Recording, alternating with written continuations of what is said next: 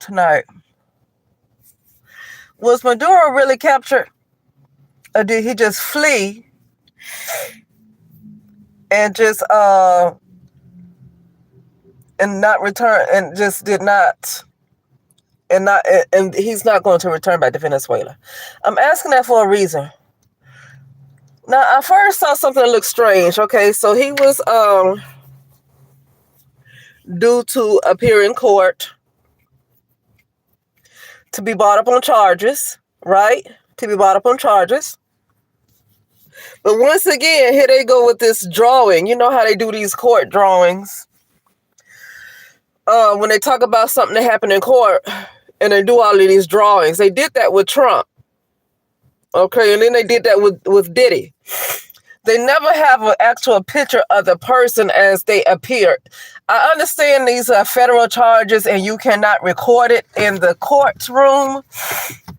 But there isn't even a picture of him being inside, him and his wife, not even a picture. They have a drawing of him inside the court. Okay? And in front of the judge. And see, anytime I see these drawings, I already know, I realize this is a simulation as it is, okay? I get that. But inside the simulation is still some stuff that's just not really happening, okay? And I just question, is Maduro really in New York? Where is Maduro? And that's why I titled this. It's hard for people to have a say when they don't know the truth. If you're never told the truth, you cannot make decisions. I feel like this is why the people, and I'm talking about people worldwide, right? People worldwide. I feel like this is why people are just not respected, because nobody's going to listen to what they have to say or respect their wishes or their opinions when they don't even know the truth. And it's not the people's fault. The truth is always hidden from them, so it's not their fault. But at the same time, you can't really say anything. Now, people are against Trump and wanting Trump, all this stuff. Send Maduro back. Send him back to Venezuela. First of all, do you know that he's really in New York? Have you seen Maduro? Have you seen him? How is Trump going to send him back when he was never taken in the first place?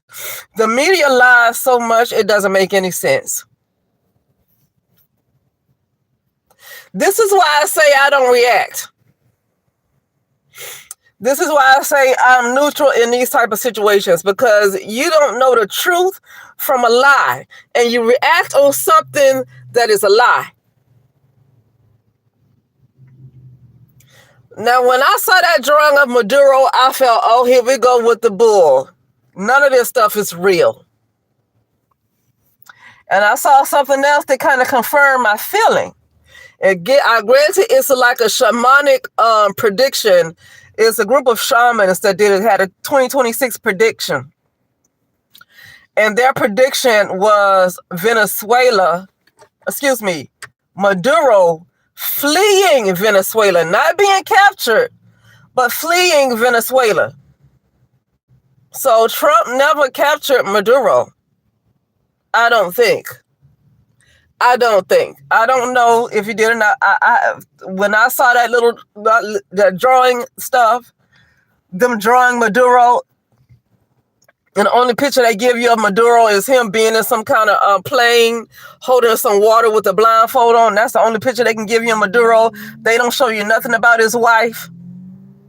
They're not showing you any other picture of him other than the fact that he was in his plane holding a bottle of water blindfolded. That's the only thing they can tell you. That's the only thing they can show you. I don't think they have Maduro. And the reason, and people, when they are really being told the truth, because the media has fed people so many lies,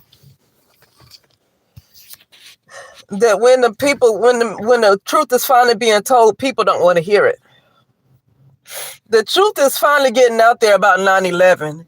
And people still swear up and down that somebody came from outside and flew those planes into those buildings. When the truth is really, really getting out there like nobody's business about 9/11. People will still swear up and down that somebody came from outside and flew those planes into those buildings.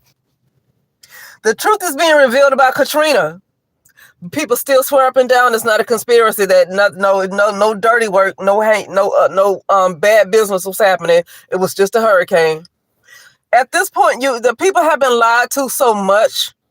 The media has done so much damage lying to people that they are not able to take the truth in.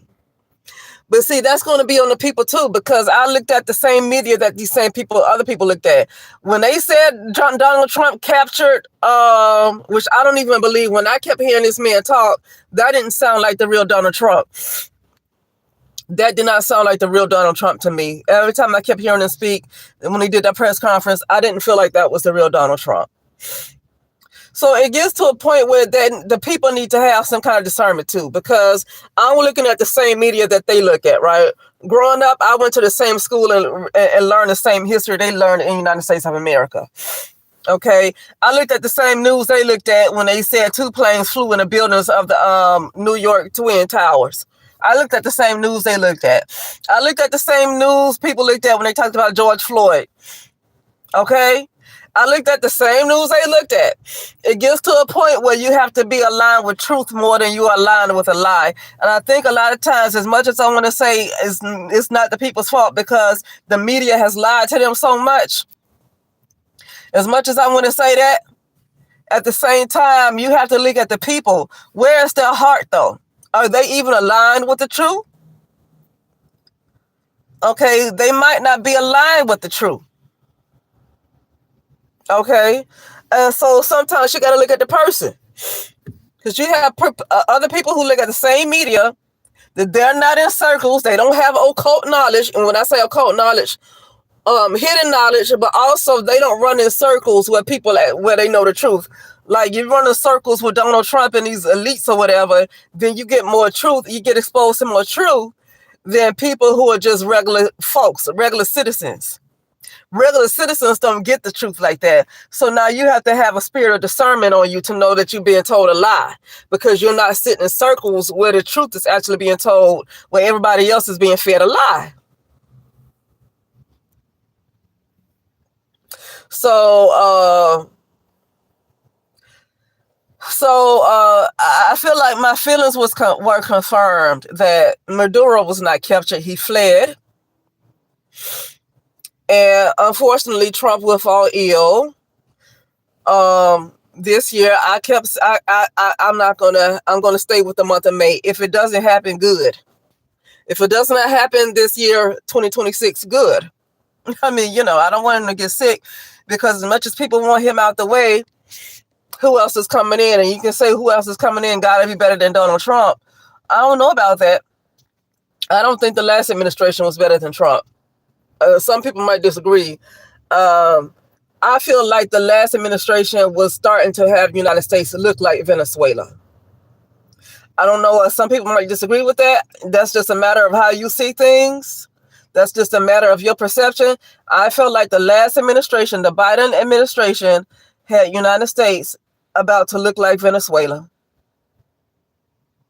Okay. But that's a matter of perception. Okay.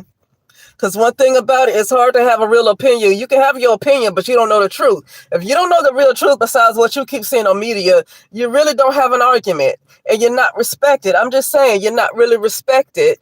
That's why people don't even allow you to make decisions, and they trick you into thinking that you're making votes. Yeah, you vote on local politicians. Your vote counts with local politics. But when it comes to the president, the people's votes never counted. And that's why I stopped voting. After 2017, 2016, I stopped voting. That was when Donald Trump and Hillary Clinton was running. And I actually voted independent.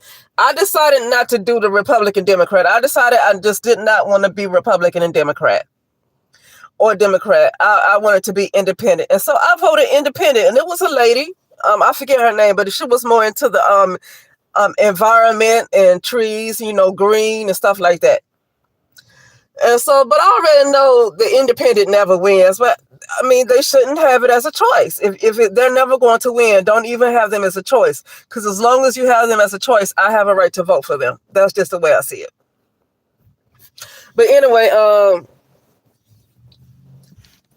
if I was to run for president, which I would not ever run for president of the United States of America or anywhere in this world the way it is, because you don't want to be being a president in this kind of climate around the world.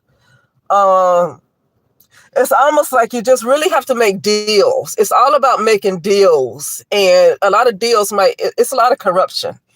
It's a lot of corruption. So you're not going to get in there thinking that you're just going to be this great person that's going to do right by the people. You can go in there with all these high hopes, but when you're getting there, you're going to see what it's all about. And it's not about really doing right about people. It's all about making deals and doing what somebody tells you. You do what the higher ups tell you to do. Okay? So I wouldn't even want to try to be a president, because people get mad at the person that's seen as if they have so much control, when the higher ups are the ones that's making all the decisions. And with that, ending with this, Joe Biden had a $25 million bounty on Maduro's head, I think in 2020. No, it wasn't 2020. I think it was more like 2023 or something like that. Joe Biden had a bounty on Nicolas Maduro's head, $25 million bounty. Now I saw where it was raised to $50 million. I want to look into that more. Why did Joe Biden have a bounty on his head? Okay, the United States have been after. He was like literally seen as a fugitive. He was a fugitive. He had a bounty. How can somebody have a bounty like you didn't? Where was he? So anyway, yeah.